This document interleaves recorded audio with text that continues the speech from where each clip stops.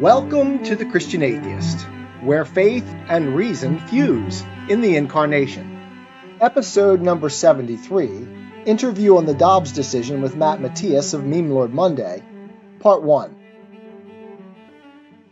All right. Welcome, everyone. Welcome, one and all. This is MemeLord Monday, and we have a repeat guest. You guys loved him so much the first time, I had to bring him back. And same goes for me as well. I just had to bring Dr. John back. Dr. John, how are you doing? Fantastic. How are you, Matt? I'm feeling great. Appreciate you having me on again. Man, yeah, I don't know if I ever shared how well your episode did on our podcast, but it did very well. Oh, good. As far as like the downloads go, and so I hope that trickled down to your podcast as well. Yeah. The Christian Atheist podcast. For the goofballs who are just not in the know of what's going on, could you take a moment or so to just introduce yourself and just, as the kids say, flex for us a little bit?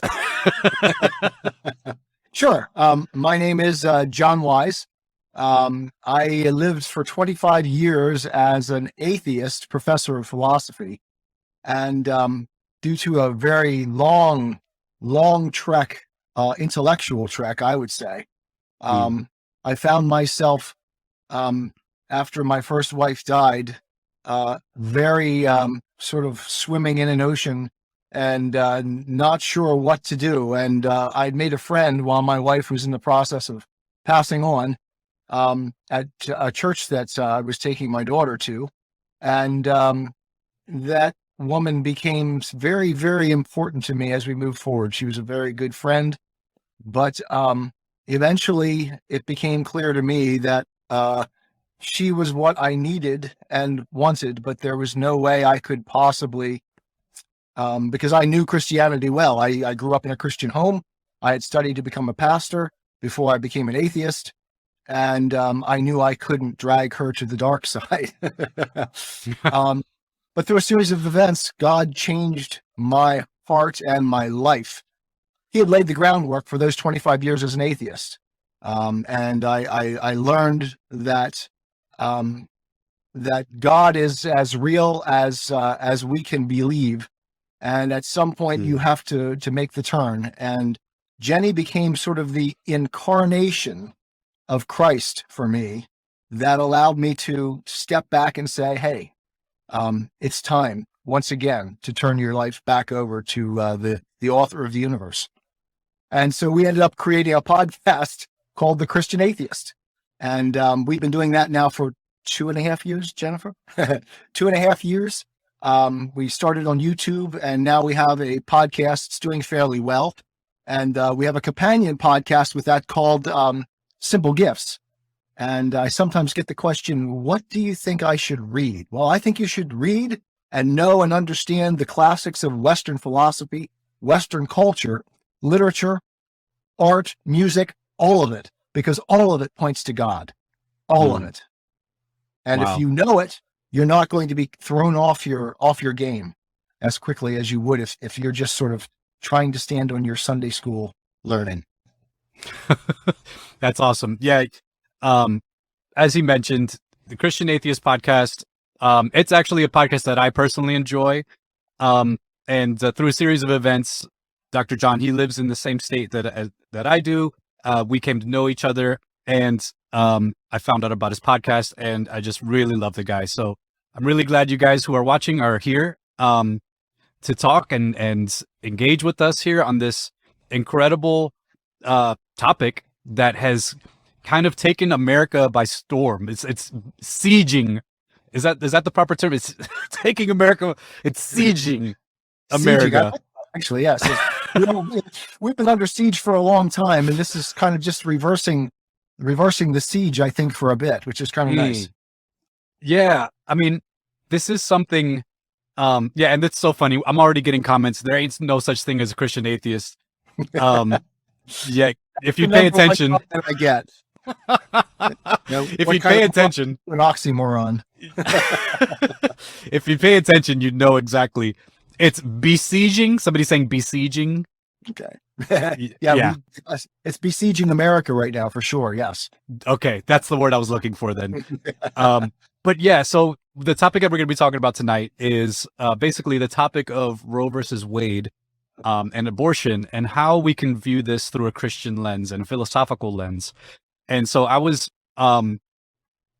inclined to reach out to Dr. Wise because of his history with philosophy, and now, you know, with his Christian point of view, and him digging. I've been listening to his podcast, and he has meticulously gone through Roe versus Wade, the actual documents, and the actual what's it called? You have a hashtag called read the hashtag read the decision. Yes, read the decision. You have right. read. It's the Dobbs decision. Yep, it's You've overturning read Roe versus Wade.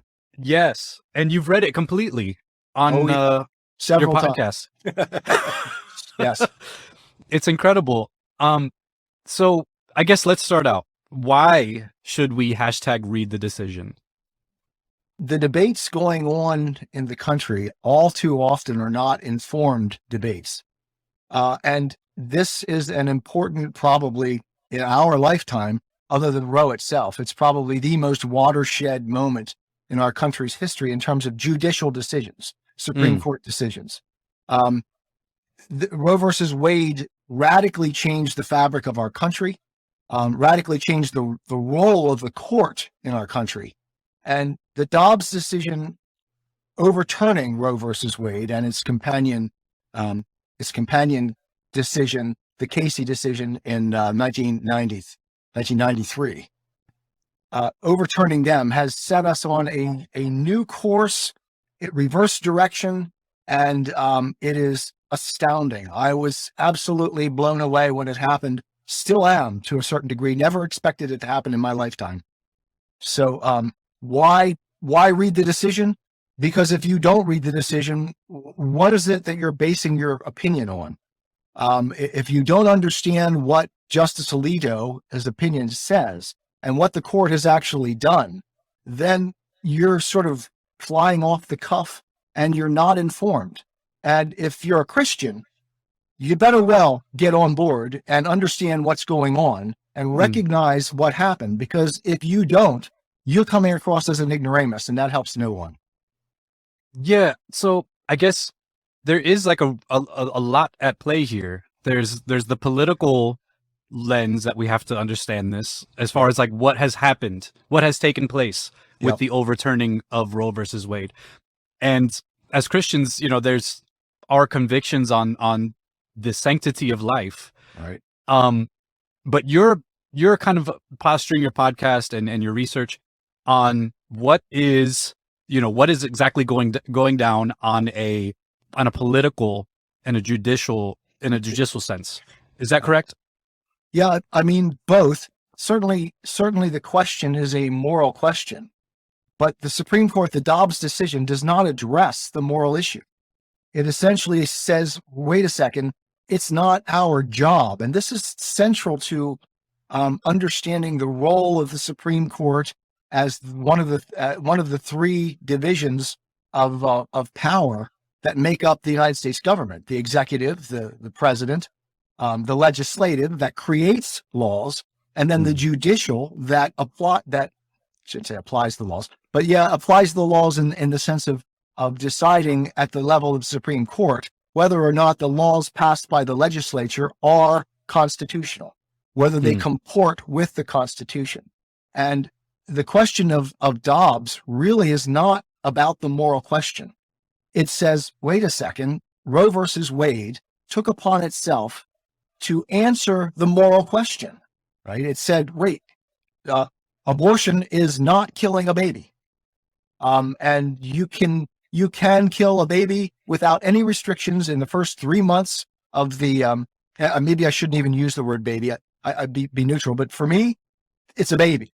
So if you think of it as merely a fetus, or as someone said on Facebook the other day, which made me ill, a mere sperm and an egg, why are we concerned about that? But if you can kill that, then there is no intrinsic value to it. And so they answered the moral question.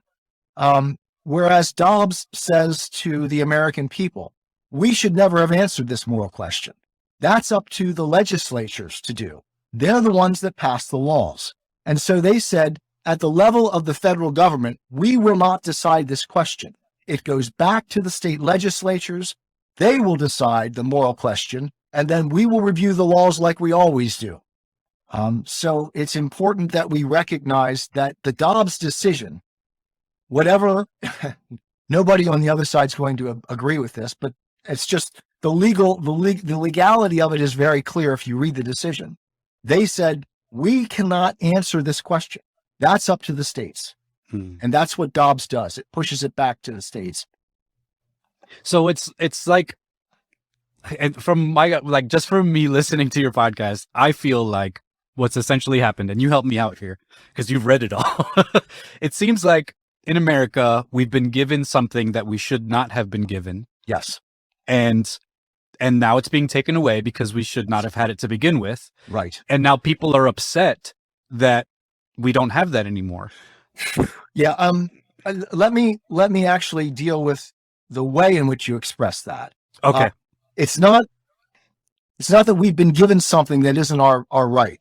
The thing is, we have the right to argue about this and then go to our state legislatures and try to get them to pass laws to, as conservatives, as religious people, as Christians, that value life and say, wait a second, we don't want abortion going on, certainly not at the level it's been going on, and we would like some restrictions placed upon it. We would like to be able to do that with our legislature. What was taken away from us was taken away from us by Roe. Roe took that away from us. It said, no, we're deciding this at the level of the federal government. You do not have the right to put restrictions on abortion, except after the first trimester. You can put certain restrictions on, but very few. And you'll see how they kept pushing it farther and farther and farther.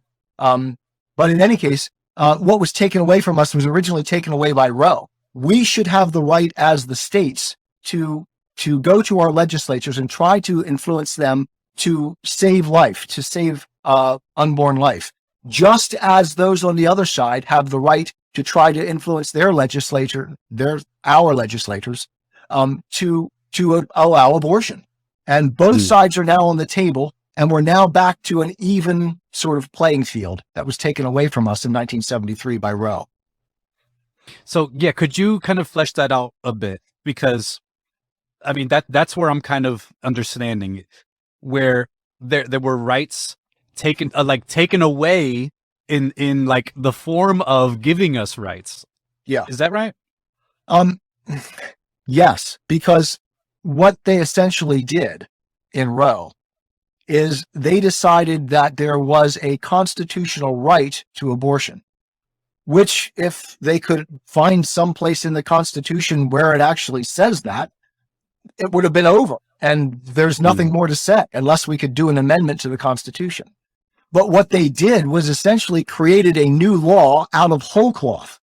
Now, remember, we just said a few moments ago that there is a division in the government of the United States into three different parts. Let's deal for a moment with just two, the legislature and the judiciary. The legislature creates laws. There's the ones who decide the questions. And in the United States, because we're a federal system, there are 50 different legislatures that do that. And then, if you push it far enough, after a law has been passed, you can go all the way to the federal Supreme Court that deals with all 50 states at once and says, does this comport with the Constitution or does it not? That's the central role of the Supreme Court. But it is in the states that we're supposed to be answering those fundamental questions. So California, guarantee you, is going to have abortion pretty much at demand, whenever you want it. And they'll have to craft legislation or whatever, but that's what California will do. And there'll be other states that are very, very conservative, and who knows, they may pass things that I would disagree with in terms of disallowing abortion. I don't know. But I do know that things tend to work themselves out better when you don't have a nanny state, a federal government that decides all of those questions, those big questions. that give us a right to abortion that is not anchored in the Constitution of the United States. So they gave us a right that didn't exist. And Dobbs, this decision, took that right away. Okay. But it wasn't really a right in the Constitution from the get-go, from the start. Yeah. It was a very badly decided decision. And it's not just conservative justice who said that. Ruth Bader Ginsburg said that. And she's about as far to the left in the Supreme Court as anyone has ever been. Wow. Well, maybe that's not true for the last 10 years, but. I mean, yeah, she's definitely like a flagship, liberal, I think. Yeah. So, yeah, that's incredible. I think, I think so as I deal with social media and I'm online, I see the arguments and I see the back and forth, and most of the time it just comes down to, either you don't care about women or you don't care about babies. And that's kind of like what the arguments and all the internet rage is boiling down to, as far as I've seen it for the past few weeks.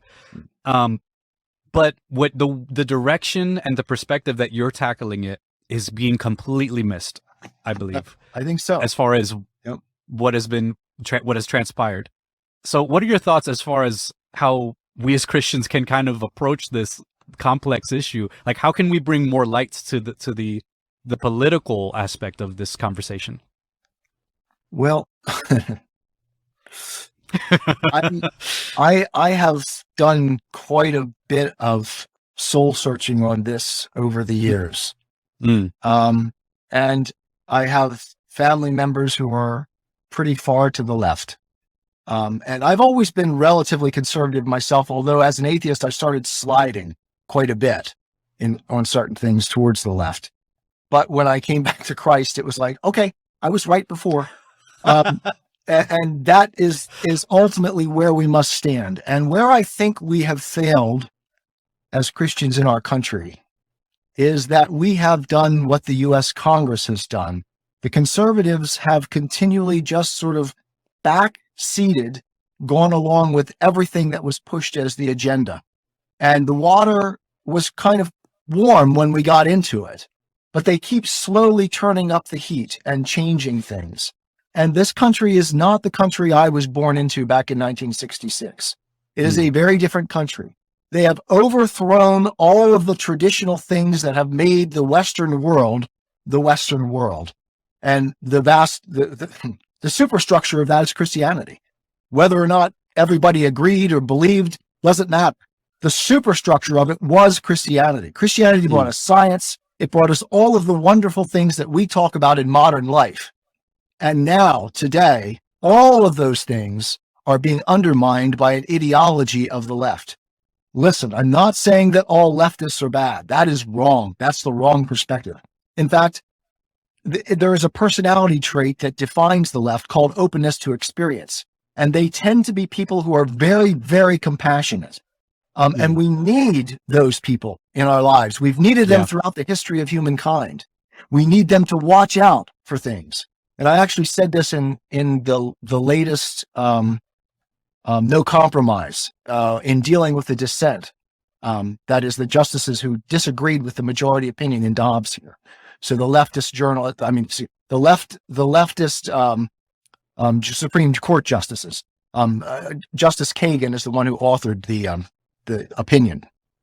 What was I saying? I lost my. It's okay. Oh, yeah, that we need, that's right. We need them to watch out. And I said this in the No Compromise too. We need them to continue, even though we've now overturned Roe versus Wade. We need those compassionate types to remind those of us who tend to be too rigid on our traditions, on our laws, on the things that we believe, the boundaries that we like to keep in place to keep us safe. We need them to remind us and to be careful of those who are vulnerable. To say that we hate women is one of the stupidest things that anybody ever said, because women are in Christianity. Christianity has done more to raise the status of women than anything else in the world. Not surprisingly, because Christ values men and women equally. Yeah. Sorry, I'm not sure if I fully answered your question here. I saw it, like you said. It's okay. No, and that's funny. Like I was saying, this is probably why I should have had Jenny come on. I know that she's in the background helping out. So thank you, Jenny. But I'm gonna do something that's like totally podcast. I'm gonna explain to you a meme that I posted about this topic. I'm gonna try and explain an image to you. So I posted it just to kind of test the waters. I actually did a partnered post with a pro-life organization called Live Action, and they didn't sponsor it, but they partnered with us as far as helping people to see their page and raise awareness for just kind of pro-life talking points and things like that. Anyways, the post, I'm assuming you've seen Lord of the Rings. Oh yeah, huge Lord of the Rings. Yes. So, do you know the scene where Saruman is on top of the tower and he's speaking to the window? Oh, and he's speaking, and Legolas is like, "There's a foul voice in the air." So, the meme that I made was Legolas saying, on the internet, there's this term called based. When somebody's based, that means they're saying something. Oh, are you familiar with the term? Yeah, believe it or not. That's awesome. James Lindsay, one of my favorite new discourses podcast. I got that term from him and I learned what it meant. Yeah. That's awesome. So I edited it to have it say Legolas saying there's a based voice in the air, and then I put Saruman saying life begins at conception, and that was the meme. Really and of course, people received it perfectly well. Of course, there was no backlash in the comments whatsoever. No, it was absolute dumpster fire in the comments. And like I said, what I'm seeing is people who are super compassionate, just lashing out in rage, anger, from that compassion, because they feel as though something has been taken away from them that is going to, and what they're saying is that women are going to be murdered.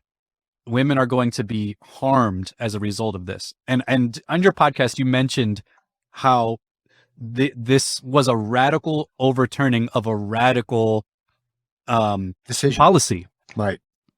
So like, could you talk more about that and like as far as the ramifications of Roe versus Wade? Yeah. Roe has sort of single-handedly redefined in the American mind the role of the court.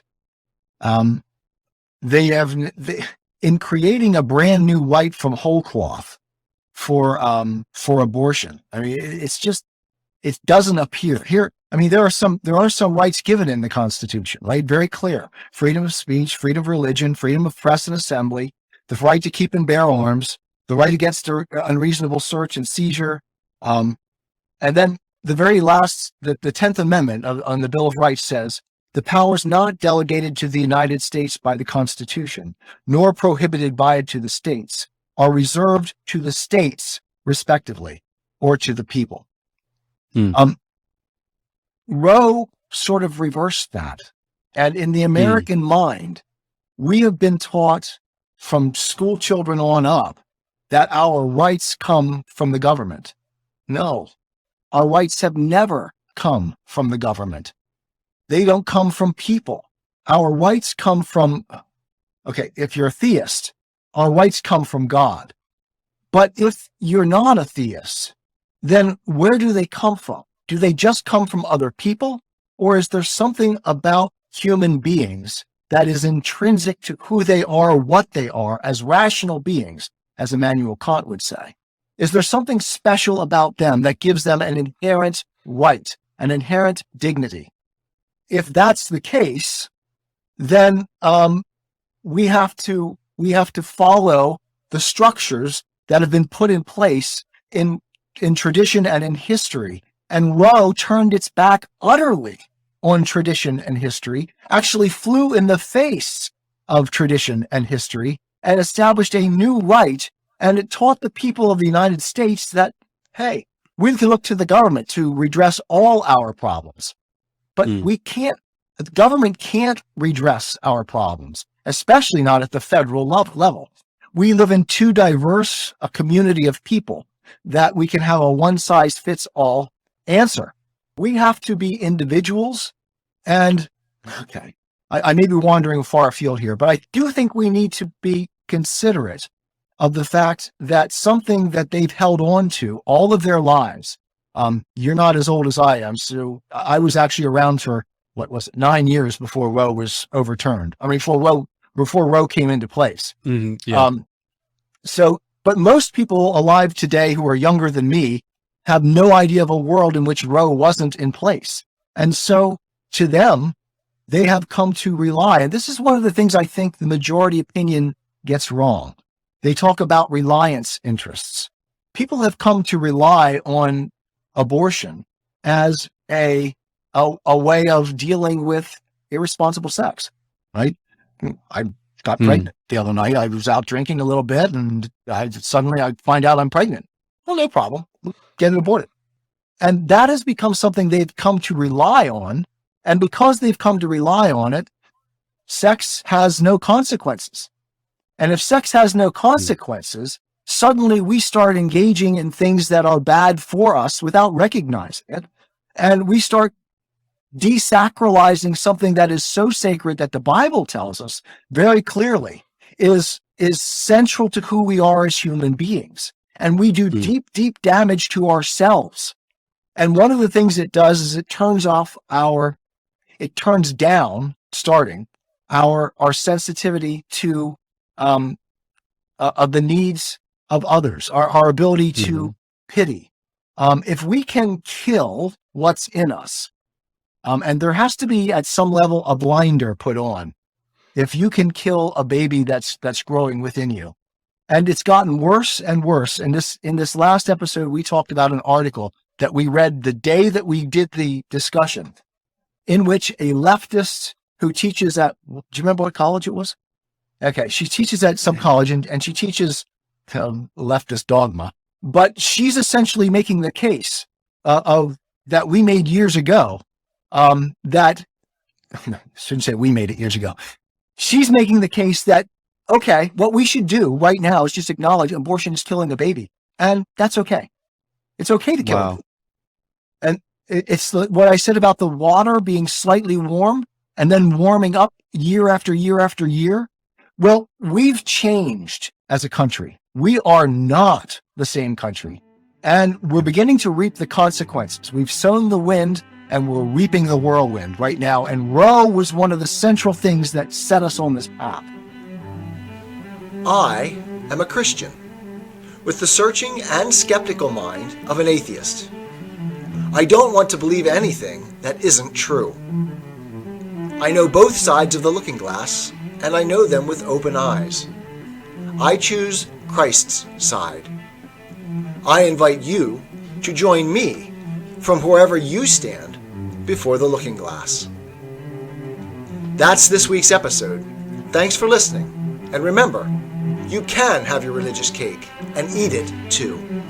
You can have reason, respect for science, a 21st century worldview, and be a Christian.